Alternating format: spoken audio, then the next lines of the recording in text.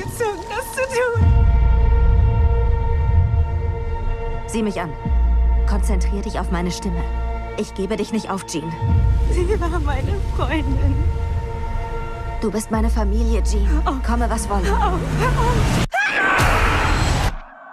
What were your thoughts when you read the screenplay for the very first time? I didn't read it. I just said I'm in. When I read it, I thought it was pretty cool that we were revisiting a story, I guess, that was partially told in X-Men Last Stand. It was cool that there was a film, you know, Dark Phoenix, that centered around Jean Grey. And I also was excited to see what Simon would do with it, you know, first time directing. Were your expectations fulfilled?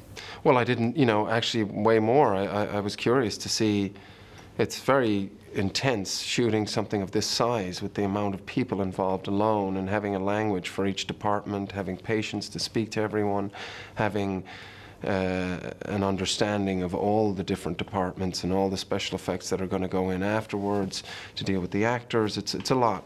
And he was very relaxed and seemed to have a very clear vision. So yeah, I was impressed. You're saying special effects. I think the very first movie you played in with visual effects was 300? That's right, yeah. In 2005. 2005, yeah. Yeah, so what happened after 14 years? Did things change? Do you still feel or ever felt weird, like acting, doing those gestures with nothing?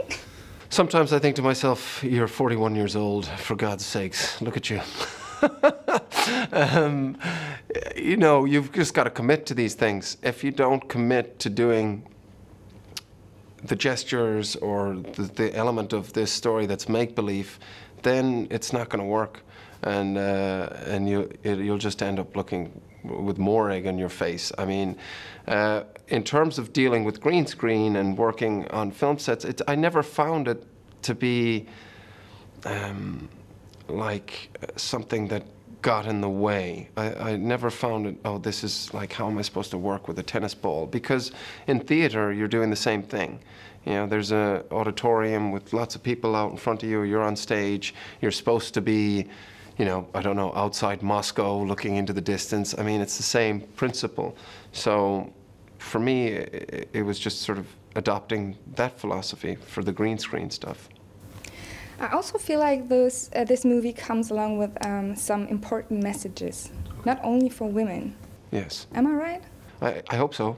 What are the messages? I hope you would tell me. No, I felt like there are some phrases, like, of course, women empowerment, when Jennifer Lawrence said, Yeah. You should call them ex-women Yes. instead of ex-men. Or ex-people. Yes, that would be nice. Well, that was kind of the thing that, you know, I was sort of alluded to in the first question, you know, to have, you know, it to be Jean's story, you know, and not to have a female character and her journey being dictated by her male counterparts, which I guess was sort of happening quite a lot in movies over the decades. And this is her film, you know, and it's about her journey. And I always thought it was an interesting idea for me, and it mightn't be what was intended, but that she's got to sort of destroy her parents, you know, and Charles is on one side and Eric is on the other. It's almost like she's got to confront them to sort of become her own independent person, maybe.